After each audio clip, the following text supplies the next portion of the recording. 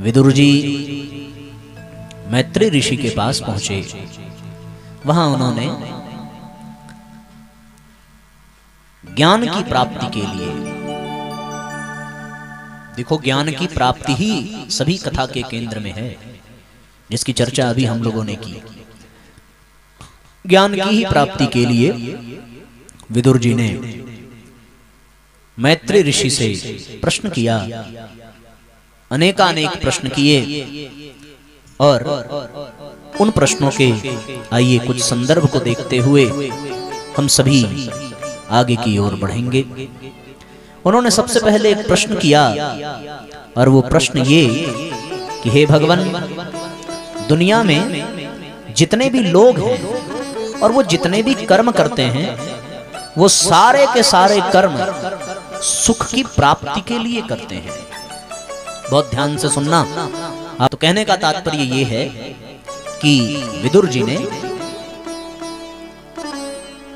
प्रश्न किया, और उनका प्रश्न ये मैत्री जी से, सुखाय कर्माणि करोति लोके न तैह सुखम वान्यदुपारमं वा विन्देत भूयस्तत एव दुःखं यदत्र युक्तं भगवान् वदेन्नः। हे मुनिवर, संसार में प्रत्येक व्यक्ति सुख के लिए कर्म करता है, पर वो दुख को ही प्राप्त करता है। सुख के लिए कर्म करे और दुख मिले, ये बड़ी विचित्र बात है। सुखाय कर्माणि करोति लोको, इस लोक के समस्त वासी सुख के लिए कर्म करते हैं। सुख के लिए संसार में कर्म करने पर यदि दुख की प्राप्ति हो तो फिर ये प्रश्न बन जाता है। महाराज दशरथ ने सुख के लिए पुत्र की कामना की, पर पुत्र का सुख उनको कभी मिला नहीं। जन्म लेकर के आए, थोड़े दिन बाद गुरुकुल जाना पड़ा, अपार कष्ट हुआ। थोड़े बड़े हुए तो विश्वामित्र जी मांग करके ले गए, और भगवान को दूर रहना पड़ा। भगवान का विवाह हुआ, प्रसन्नता हुई, चलो लौट करके आए, अब राम राजा बनेंगे। पर विधि का विधान ऐसा देखो कि सुख के लिए पुत्र की कामना करने वाले महाराज दशरथ को पुत्र से कभी कोई सुख नहीं प्राप्त हुआ। कुछ दिन, कुछ महीने, कुछ पल ही तो अपने पुत्र के साथ बिताए होंगे, पर उनको सुख मिला नहीं। उसी प्रकार आप देखो, कैकेयी ने जितने भी षड्यंत्र रचे, सब सुख के लिए, भरत को राज्य मिल जाए, भरत राजा बन जाए, राम वन चले जाएं, उसके अनुसार ही सब हुआ। लेकिन फिर भी वो कैकेयी सुख को प्राप्त न कर सकी। दुर्योधन ने जितने प्रयत्न किए, चाहे वो लाक्षागृह का भयंकर दृश्य हो, चाहे वो द्रौपदी के चीरहरण का प्रसंग हो, वो सारे कर्म कर रहा है सुख के लिए ही, पर उसे सुख मिलता नहीं। अच्छा, रावण ने भी बहुत सारे कर्म किए, सीता का हरण किया। शांति सीता समानीता आत्मा रामो विराजते। सीता शांति का प्रतीक है, वो तो शांति पाने के लिए ही, सुख की कामना के लिए ही उसने सीता का हरण किया कि मैं इसे पटरानी बनाऊंगा।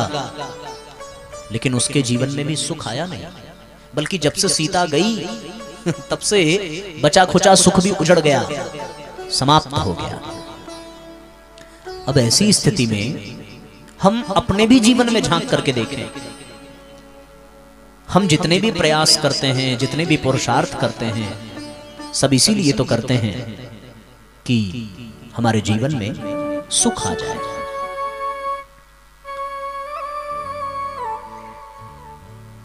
ये प्रश्न विदुर जी ने कहा, मैत्री जी ने इस प्रश्न का उत्तर दिया कि देखो विदुर, कर्म की गति बड़ी गहन है। गहना कर्मणो गति ही, जो जैसा कर्म करता है उसे वैसा ही फल मिलता है। अच्छा कर्म करने वाला अच्छा फल पाता है, बुरा कर्म करने वाला बुरा फल पाता है। मनुष्य कर्म अवश्य सुख के लिए कर रहा है, पर वो जो कर रहा है उस कर्म में उसका भाव कैसा है, क्योंकि कर्म का परिपाक और उस परिपाक का निर्धारण कर्म के अनुसार नहीं, कर्म में होने वाली छुपी हुई भावना के अनुसार होता है। मनुष्य का भाव कैसा है कर्म करते समय,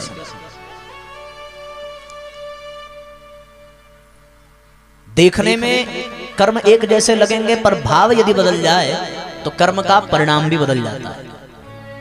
उदाहरण, आप यदि देश की सीमा के भीतर किसी की हत्या करो तो वो अपराध कहलाएगा, पर देश की सीमा पर यदि किसी की हत्या करो तो आपको मेडल मिलेगा। यहां आपने हत्या की तो ये हत्या वाला कर्म कहलाया, और देश की सीमा पर भी यदि किसी की हत्या की तो कर्म की दृष्टि से वो हत्या ही है, लेकिन दोनों के कर्म में भाव अलग अलग है। यहां आपने जो हत्या की उसमें ईर्ष्या है, द्वेष है, क्रोध है, बदले की भावना है, पर देश की सीमा पर जब आपने हत्या की तो देश की सीमा पर जो हत्या है उसमें अपने देश की, अपने राष्ट्र की सुरक्षा का भाव है। भाव के बदलते ही कर्म का परिणाम भी बदल जाता है। कर्म 3 प्रकार के होते हैं।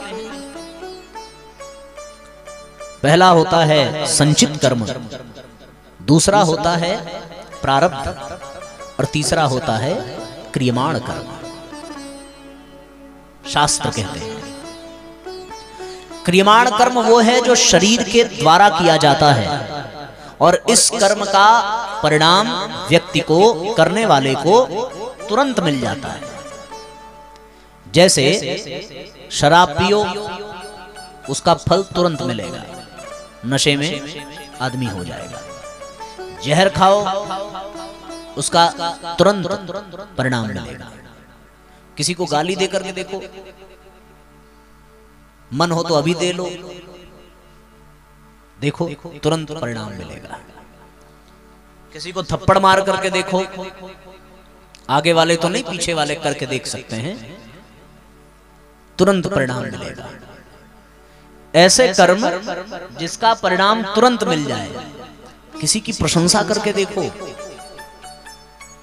तो भी तुरंत परिणाम मिलेगा, बदले में वो भी करेगा। प्रकृति का विधान है कि तुम जैसा करोगे वैसा तुमको मिलेगा। तो जिस कर्म का फल तुरंत मिल जाए उस कर्म को क्रियमाण कर्म कहते हैं। ये तुरंत मिल जाता है। जिस कर्म का फल तुरंत ना मिले उसको संचित कर्म कहते हैं। पर इसके साथ एक बात जुड़ी है कि संचित कर्म वो कर्म होता है जो किया जरूर तुमने, पर किसी के दबाव में, किसी के कहने पर, बिना मन के। वो कर्म का फल बहुत ज्यादा मजबूत नहीं होता। जैसे किसी ने आपको कह दिया कि उस व्यक्ति को मारना है, अब उसके दबाव में, उसके प्रेशर में तुमने मार तो दिया, कर्म किया, पर तुम्हारा मन नहीं था, बिना मन के मारा तुमने। बिना मन के किया गया कर्म या किसी के दबाव में किया गया कर्म संचित कर्म कहलाता है। वो कर्म जिसका तुरंत परिणाम न मिले और बिना मन के किया गया हो, ऐसे संचित कर्म विपरीत संस्कार वाले कर्मों के द्वारा काटे जा सकते हैं। जैसे तीर्थ यात्रा पर गए, कुछ दान किया, कुछ जप किया, कुछ अनुष्ठान किया, भगवान के नाम का संकीर्तन किया, कथा में बैठे, सत्संग में बैठे, तो सत्संग आदि, तीर्थ यात्रा आदि जितने भी पुण्य के कार्य हैं उसको करने से संचित कर्म कट जाता है। इसकी छूट है। इसीलिए कहा जाता है कि अधिक से अधिक पुण्य करो, अधिक से अधिक दान करो, अधिक से अधिक सत्संग आदि में मन लगाओ, अधिक से अधिक भगवान के भजन में मन लगाओ, तो आपके जो पूर्व जन्मों के संचित कर्म हैं वो कट जाएंगे। ऐसे कर्म तुरंत कट जाते हैं। बिल्कुल वैसे ही जैसे पानी रखा है, पानी को गर्म करो, गर्म करने पर वो पानी भाप बन करके गायब हो जाता है। उसी प्रकार भगवान के नाम संकीर्तन की अग्नि में जब आपके संचित कर्म पक जाते हैं तो फिर वो भाप बन करके विलुप्त हो जाते हैं, गायब हो जाते हैं, उनका फिर अस्तित्व नहीं रह जाता। पर एक तीसरा कर्म है और वो तीसरा कर्म है प्रारब्ध। प्रारब्ध बड़ा जटिल होता है। वे कर्म जो आपने स्वेच्छा से किए, पूरी योजना बना करके किए, पूर्ण मनोयोग से किया, किसी की हत्या कर दी, किसी का खून कर दिया, किसी को अपमानित कर दिया, किसी के साथ विश्वासघात कर दिया, किसी को शारीरिक ठेस पहुंचाई, किसी को मानसिक ठेस पहुंचाई, ऐसे कर्म किसी भी पुण्य कार्य करने से नहीं खत्म होते, इनको भोगना ही पड़ता है। और इस कर्म से कोई आपका पीछा नहीं छुड़ा सकता। यथा धेनु सहस्त्रेषु वत्सो गच्छतु मातरः, जिस प्रकार 1000 गायों के बीच में बछड़ा अपनी मां को ढूंढ लेता है, उसी प्रकार प्रारब्ध कर्म का फल कर्म करने वाले को ढूंढ लेता है। ग्रह नक्षत्रम न करोति शुभाशुभम, ग्रह और नक्षत्र से शुभ अशुभ नहीं होता, ये शुभ ये अशुभ आपके द्वारा किए गए प्रारब्ध के कारण होता है। प्रारब्ध क्या है? प्रारब्ध का तात्पर्य है वे कर्म जिसे आपने पूर्ण मनोयोग से किया और उसका परिणाम आपको तुरंत नहीं मिला। इसका परिणाम मिलने में कभी कभी कईयक जन्म लग जाते हैं, उसको प्रारब्ध कहते हैं। मैत्रेय मुनि ने विदुर जी को यही बताया कि ये जो व्यक्ति का प्रारब्ध होता है, जो पूर्व जन्मों का संचित कर्म है, पूर्व जन्मों का प्रारब्ध कर्म है, वो भी वर्तमान में किए गए कर्म से जुड़ करके परिणाम देता है, उससे कोई बच नहीं सकता। और इसमें किसी के साथ कोई मतभेद नहीं है, ये सबके लिए है, इससे भगवान भी वंचित नहीं है। कर्म फल का जो सिद्धांत है, उस सिद्धांत में भगवान स्वयं बधा हुआ है। अब आप विचार करके देखो,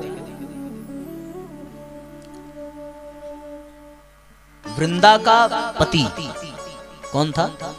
जालंधर। जालंधर का भगवान शिव से युद्ध हुआ। जालंधर भगवान शिव को पराजित इसलिए कर रहा है क्योंकि उसके साथ उसकी पत्नी के सतीत्व की ताकत जुड़ी हुई है। वृंदा सती है। भगवान शिव ने विष्णु जी से मदद मांगी, विष्णु जी ने मदद की और वृंदा के सतीत्व को भंग किया। जालंधर का रूप बनाया और वृंदा के सती को भंग, उसके सतीत्व की ताकत को नष्ट किया।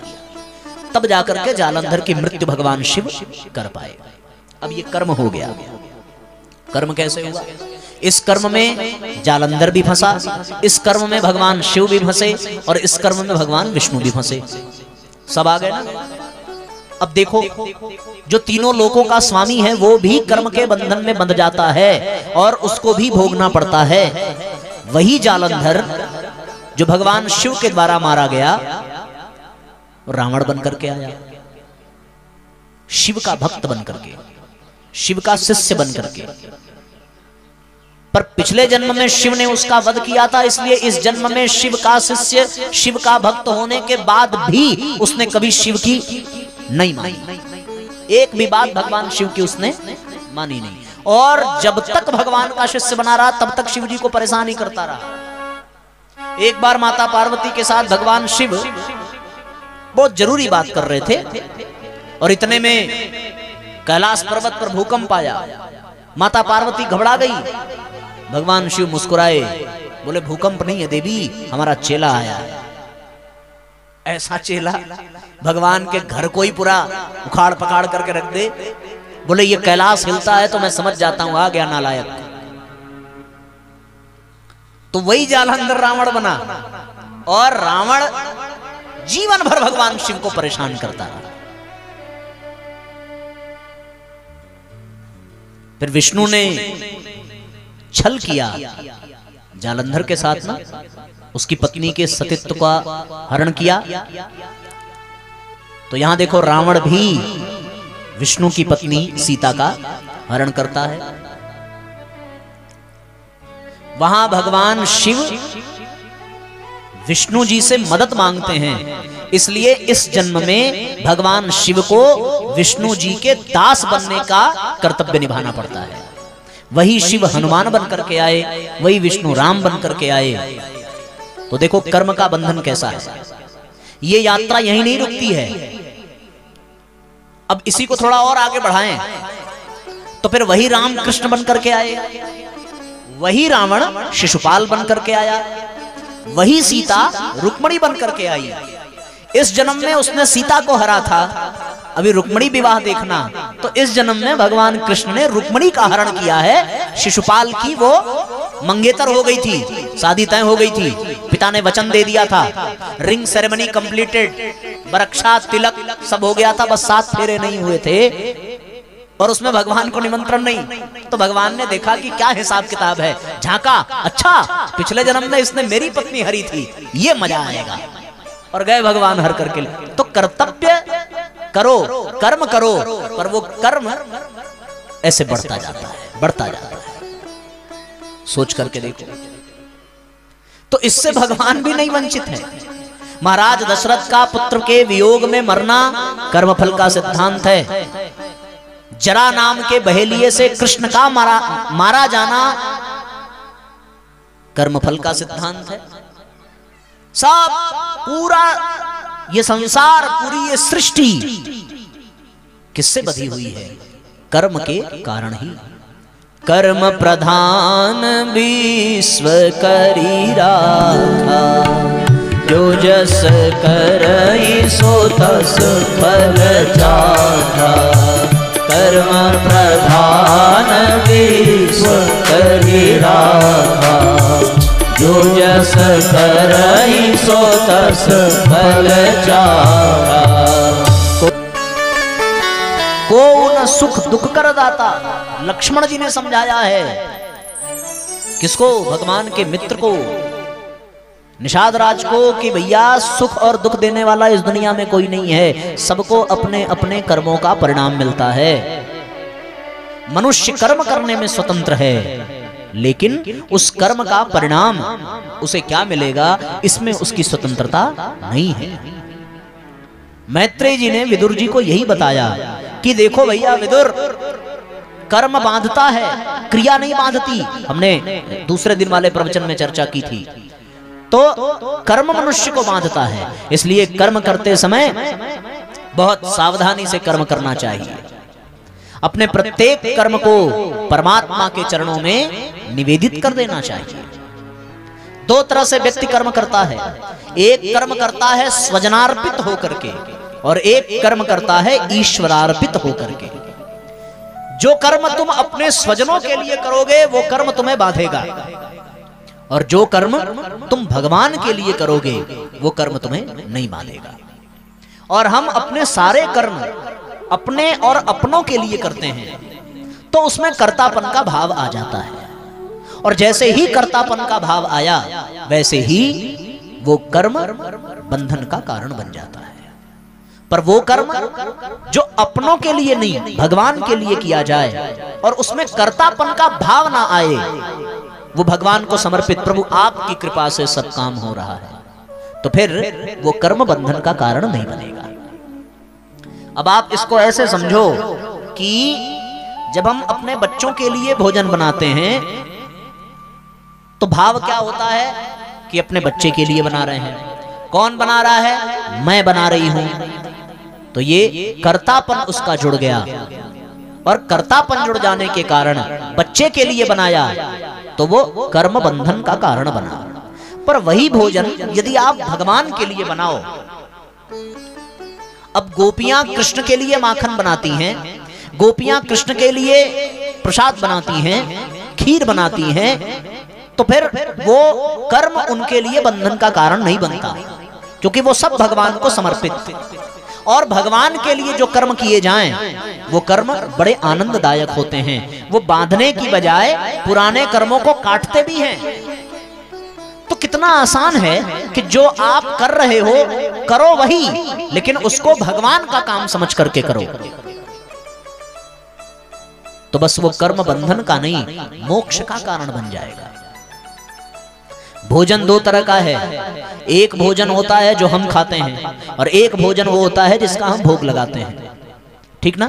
जो हमने खाया उसे हमने बनाया और उसमें मैंपन का भाव है, पर जो भगवान के लिए बनाया उसमें समर्पण का भाव है, भक्ति का भाव है कि प्रभु ये आपके लिए। हमारा जो भोजन है वो अन्न मात्र है, भगवान के लिए जो भोजन है वो प्रसाद है। अब दोनों में अंतर देखो, अन्न और प्रसाद में कितना अंतर है। कर्म कैसे बांधता है इसको समझो। अन्न जो हमारा है उसे हम जमीन पर गिर जाए तो छोड़ देंगे, प्रसाद जमीन पर गिरे तो उठा करके, पोंछ करके, झाड़ करके खाएंगे। क्यों? क्योंकि वो भगवान को अर्पित हो गया। अच्छा, थाली में अगर अन्न छूट जाए तो कोई बात नहीं, लेकिन प्रसाद अगर छूट जाए तो आदमी उंगली तक चाट लेता है। क्यों भाई? क्योंकि वो भगवान को अर्पित हो। अन्न यदि कम पड़ जाए तो व्यक्ति सोचेगा कि मैं कितना जल्दी पहले खा लूं ताकि मुझे अधिक मिल जाए, लेकिन प्रसाद में उसका क्या भाव होगा कि सबको खिला लूं, उसके बाद जो बचे उसी से मन तृप्त हो जाएगा। दोनों एक ही चीज है, एक अपने लिए बनाया, एक भगवान के लिए बनाया। जो भगवान के लिए बनाया उसमें कितना आनंद है। और एक और बात कह दूं कि तुम जो अन्न कर रहे हो वो अन्न तमोगुण को बढ़ाने वाला है, पर भगवान को समर्पित जो भोग है वो सतोगुण को बढ़ाने वाला है। तुम्हारे द्वारा ग्रहण किए गए अन्न से विकार बढ़ेगा, रोग बढ़ेगा, पर भैया भगवान के द्वारा भोग लगाया गया जो अन्न है उससे विकार नहीं, उससे संस्कार बनेगा, और रोग नहीं, उससे तुम्हारा योग बढ़ेगा। ये कब होगा? जब तुमने भोजन वही बनाया, हलवा वही बना, पर एक हलवा तुमने अपने लिए बनाया, एक हलवा तुमने भगवान के लिए बनाया। भगवान के लिए बनाओ तो वो बंधन का नहीं, वो मोक्ष का कारण बनेगा और उसमें आनंद आएगा। अपने लिए जो करो उसमें वो बंधन का कारण बनता है। मैत्रेय जी ने विदुर जी को यही बताया कि जो भी कर्म करना है हे विदुर, अपने लिए मत करो, अपनों के लिए मत करो। तो बोले साहब अपनों के लिए ना करो तो फिर कैसे काम बनेगा? अरे अपना अगर पुत्र है तो पुत्र के लिए तो करना पड़ेगा। विदुर जी को मैत्रेय जी ने यही बताया कि विदुर, तुम जिसे अपना पुत्र कह रहे हो, जरा विचार करके देखो क्या वो सच में तुम्हारा पुत्र है? अगर वो सच में तुम्हारा पुत्र है तो जब से ये सृष्टि बनी तब से, और जब तक ये सृष्टि बनी रहेगी तब तक वो तुम्हारा पुत्र होना चाहिए, पर ऐसा होता नहीं है। वो इस जन्म में तुम्हारा पुत्र है, पर अगले जन्म में तुम उसके पुत्र बन जाओगे। हो सकता है पूर्व जन्म में वो तुम्हारा बाप रहा हो, तो फिर कहां है वो तुम्हारा पुत्र? तुमने कैसे मान लिया कि वो तुम्हारा पुत्र है? बोले फिर इस जन्म में तो वो पुत्र ही है। अरे ये तो संबंध का नाम है पुत्र, पर सच्चाई ये है कि वो अपने पूर्व जन्मों का हिसाब करने तुम्हारे पास आया है, और जैसे ही हिसाब पूरा होगा वो तुम्हें छोड़ करके चला जाएगा या तुम उसे छोड़ करके चले जाओगे। जो पहले गया इसका मतलब ये हुआ कि उसका हिसाब पूरा हो गया। सीधी सी बात है। यहाँ कोई किसी का पुत्र नहीं है, यहाँ कोई किसी का पिता नहीं है। ये मैंपन के कारण हम पिता पुत्र का संबंध निभा रहे हैं, और यही मनुष्य के दुख का कारण है। तो फिर क्या करूं? फिर ये करो विदुर कि वो जो जिसे तुमने अपना पुत्र समझा है, तुम अपना नहीं, उसे तुम भगवान का पुत्र समझो, और उसके नाते तुम उसका देखभाल करो, उसकी सेवा करो, उसके खाने पीने उठने बैठने की व्यवस्था करो। ये मेरा नहीं, ये भगवान का है। सारी दुनिया इसी में उलझी पड़ी है, मैं और हूं के बीच में। मैं पिता हूं, मैं पुत्र हूं, मैं स्त्री हूं, मैं पुरुष हूं, मैं दुकानदार हूं, मैं म्यूजिशियन हूं, मैं वक्ता हूं, मैं वकील हूं, मैं डॉक्टर हूं। ये मैं और हूं के बीच में जो दुनिया है, फिर वो कर्म के बंधन में बंधती चली जाएगी। मैं हूं ये भूल जाओ, न मैं हूं न ये संसार है। मैं भी भगवान का हूं, ये संसार भी भगवान का है। ये मान करके चलो तो अब तुम्हें उस पुत्र में क्रोध नहीं आएगा, और यदि क्रोध आएगा भी तो उस क्रोध में भी ये भान रहेगा कि ये भगवान का बच्चा है। मान लो उसने पढ़ाई नहीं करी, तो तुम्हें क्रोध आएगा। अब अगर उसके पढ़ाई न करने पर तुम्हें क्रोध आया और तुमने उसे अपना पुत्र समझा, तो फिर इतने क्रोध करोगे, इतना क्रोध करोगे कि पढ़ना उसने बंद किया, बीपी तुम्हारा बढ़ जाएगा। क्यों होता यही है ना। उसके ऊपर कोई फर्क नहीं पड़ा, पर वो तो अपना हिसाब चुका रहा है। अब उसके नाते बीपी का रोग बढ़ा, शुगर का रोग बढ़ा, फिर हार्ट के पेशेंट हुए। पुत्र जैसा था वैसा ही है। जैसे जैसे उसका हिसाब चुकता गया, उसके नाते तुम्हें परेशानी होती गई, उसका हिसाब बनता गया, और जिस दिन पूरा हुआ उस दिन वो छोड़ करके चला जाएगा। ये होता ऐसा ही है। हम उस पुत्र को अपने हिसाब से चलाना चाहते हैं। मैं एक पिता पुत्र के संबंध का उदाहरण भर दे रहा हूं। इस उदाहरण के माध्यम से आप अन्य हर एक संबंध पर विचार करके देखो। दूसरे के घर से जो कन्या आई उसे आपने अपनी पत्नी मान लिया। अरे वो आपकी पत्नी है, सांसारिक दृष्टि से भले हो, पर आप तात्विक दृष्टि से देखो, वो पत्नी नहीं है, वो भी अपना हिसाब चुकता करने आई है। सीडी प्लेयर, सीडी कैसेट देखा आपने ना? सीडी के कैसेट में मान लो ऐसे गाने भरे हैं जो आपको पसंद नहीं है। अब वो आप बाजार से खरीद करके ले आए और आपने उसको बजाना प्रारंभ किया।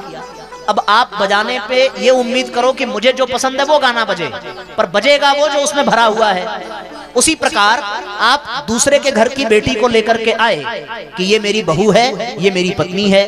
अब तुम उसे वैसे बजाना चाहते हो जैसे तुम्हें पसंद है, पर वो बजेगी वैसे जो उसके भीतर भरा हुआ है। उसका अपना जन्म, उसका अपना संस्कार, उसका अपना प्रारब्ध, उसके अपने कर्म, उसकी अपनी चित्तवृत्तियां, उसके अपने स्वभाव, उसका अपना गुण, उसका अपना कर्म, उसका स्वभाव, उसका चिंतन, उसका चरित्र, उसका व्यवहार, सब उसका अपना है। वो तुम्हारे हिसाब से कैसे बनेगी और तुम उसे अपने हिसाब से बनाने चले?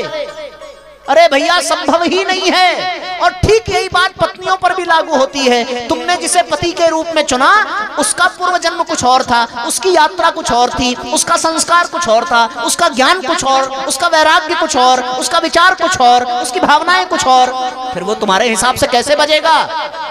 और दोनों एक दूसरे को अपने अपने हिसाब से बजाना चाहते हैं, और बजाते बजाते वो तो कभी बज नहीं पाते, बीच में एक तीसरा छोटा सीडी प्लेयर भी आ जाता है। फिर दोनों एक दूसरे को छोड़ करके उस छोटे वाले को अपने हिसाब से बजाना शुरू करते हैं। अंत में वो भी नहीं बजता, और रिजल्ट क्या निकलता है? बजा कोई नहीं, सुना कोई नहीं, और बर्बाद तीनों हो गए, केवल इस चक्कर में कि ये मेरा है। सीधी सी बात है। यही मान लेते कि ये न मेरा है न मैं इसका हूं, ये भी भगवान का, मैं भी भगवान का। जैसे वो बजावे वैसे बाजूंगा, और जैसे वो बजाएगा वैसे ये बाजेगी। बेवजह काहे चक्कर में पड़े हो भाई? किस उलझन में पड़े हो? पर ये तुम तब समझोगे जब तुम्हारा अपना कर्तव्य पक्का होगा। तुम अपनी जिम्मेदारी, अपनी ईमानदारी, अपनी समझदारी, अपनी बहादुरी के साथ अपने उत्तरदायित्व को निभाओगे, तभी तुम ऐसा समझ पाओगे। वरना तो दुनिया चली रही है, कर्म हो ही रहा है, कर्म में फंसते ही जा रहे हो, कर्म बंधन बढ़ता जा रहा है। उस कर्म को काटने के लिए आए थे, पर काटते काटते दो चार और बढ़ा के गए। उसी चक्कर में फिर से आना पड़ा, फिर से जाना पड़ा, फिर से आना पड़ा। पुनरपि जननम पुनरपि मरणम पुनरपि जननी जठरे शयनम। बार बार जन्म, बार बार मृत्यु, और बार बार माँ की गोद में, बार बार माँ के गर्भ में आना पड़ रहा है। किस लिए? केवल इसलिए कि कर्म का बंधन बढ़ता जा रहा है। बड़ी समस्या है। अब ऐसी स्थिति में क्या करें? ऐसी स्थिति में केवल इतना ही करो कि भैया ये न मेरी है न मैं इसका हूं, भगवान के नाते इसका हूं, और ये भगवान के नाते मेरी है। यही पुत्र के प्रति, यही पिता के प्रति, यही सब एक दूसरे से यही शिकायत करते हैं। पति कहेगी पत्नी सुनती नहीं है, पत्नी कहेगी पति नहीं सुनता, बाप कहेगा बेटा नहीं सुनता, बेटा कहेगा बाप नहीं सुनता। जनता कहती है सरकार नहीं सुन रही है, सरकार कहती है जनता नहीं सुन रही है। क्यों? केवल इसलिए कि सबका ध्यान अपने अधिकार पर है, किसी का ध्यान अपने कर्तव्य पर नहीं है। और एक बड़ी सुंदर बात आपको बताऊं कि केवल मेरा और तेरा के नाते ही जब वो लड़की ससुराल जाती है, तो उसके जाने पर उसके पति के माँ बाप कानून की दृष्टि में उसके माँ बाप बन जाते हैं। घर वाले जो पिता हैं उसको वो फादर कहेगी, पर ससुराल वाले जो पिता हैं उसको फादर इन लॉ कहेगी। लॉ मतलब क्या होता है? कानून। कानून की नजर में तुम बाप हो। Mother in law, sister in law, brother in law. दिल में तुम मेरे लिए बाप की जगह नहीं पा सकते। और फिर उसी तरीके से ससुराल पक्ष वाले भी उसको कहेंगे। जो ननद होगी वो बोलेगी सिस्टर इन लॉ, जो सास होगी वो बोलेगी डॉटर इन लॉ, ऐसे ही बोलेगी। सब कानून की नजर में, खुद की नजर में कोई नहीं है। और जिस दिन तुमने भगवान के निमित्त समझ लिया, उस दिन सब कानून की नजर में नहीं, तुम्हारी नजर में माँ बाप बन जाएंगे। फिर पति का बाप अपना बाप देगा। ऐसा है ये पूरा खेल दुनिया का। तो कर्म ऐसे करो, कर्म करो पर ध्यान रहे, पथ छूटे ना। कर्म करो पर ध्यान रहे, पथ छूटे ना।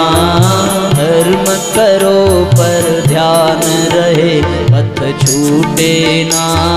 जितना भरियो हवा गुब्बारा फूटे ना।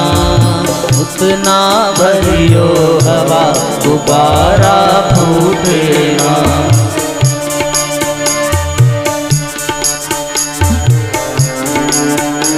सभी भावपूर्वक दोहराइए।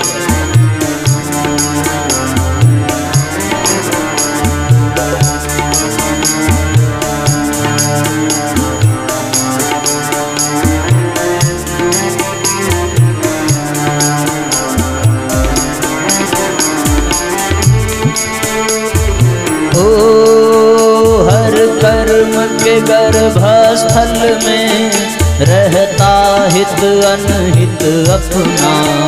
हर कर्म के गर्भस्थल में रहता हित अनहित अपना। जग जाल विकट ग्रंथि है, सच कहो कहो चाहे सपना। जग जाल विकट ग्रंथि है, सच कहो कहो चाहे सपना। सहज में छूटे ना, सहज में छूटे ना। जितना भरियो हवा तुम्हारा फूटे ना। जितना भरियो हवा तुम्हारा फूटे ना। ये गुब्बारे देखो, उतना ही हवा भरो जितने में ये फूटे ना। तो कर्म उतना ही करो जिसमें यह बोध बना रहे।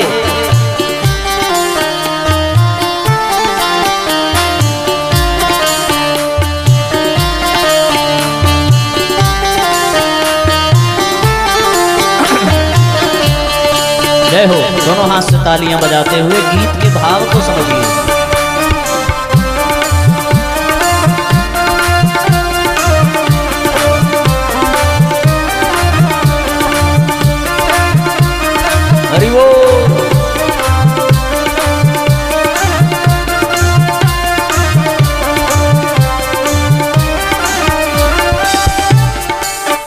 जब काम बीज सृष्टि का, नर होय अकामी कैसे। जब काम बीज सृष्टि का, नर होय अकामी कैसे। जल में ज्यों कमल का जीवन, तुम जियो जगत में ऐसे। जल में ज्यों कमल का जीवन, तुम जियो जगत में है। कामिनी लूटे ना, कामिनी लूटे ना। जितना भरियो हवा गुब्बारा फूटे ना। जितना भरियो हवा गुब्बारा फूटे ना। कर्म करो पर ध्यान रहे, पथ छूटे ना। जितना भरियो हवा गुब्बारा फूटे ना। जितना भरियो हवा गुब्बारा फूटे ना। ज्यादा नीचे से हो गया।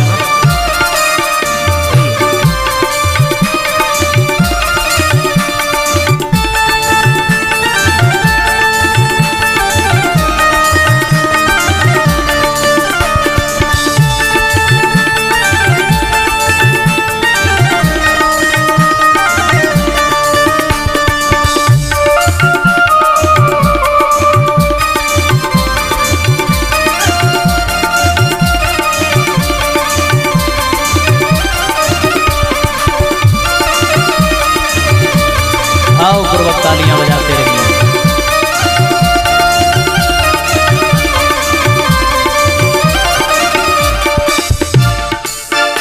एक बार कर्म भी करिए पर बोध नष्ट ना होवे।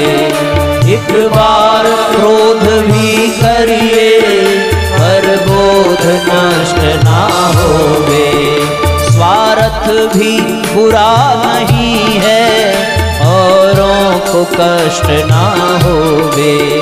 स्वार्थ भी बुरा नहीं है औरों को कष्ट ना होवे। जीव कोई रूठे ना, जीव कोई रूठे ना। कितना भरियो हवा गुब्बारा फूटे ना।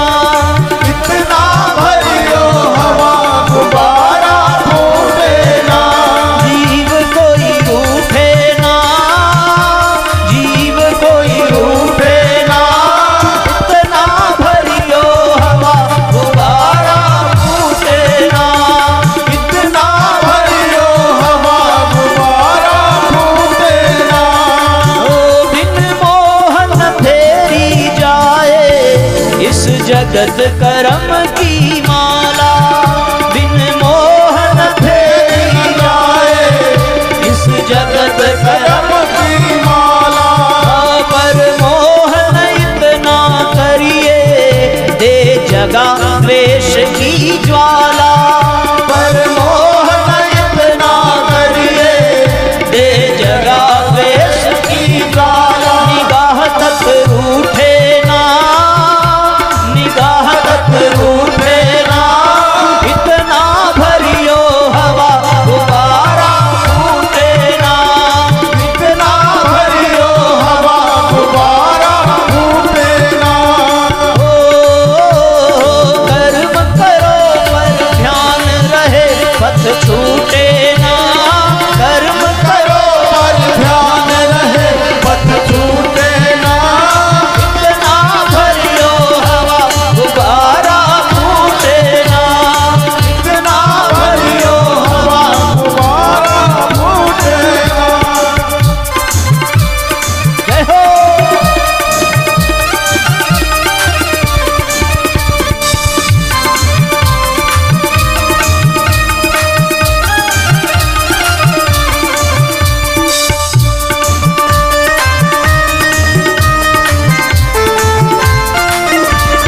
हरि बोल।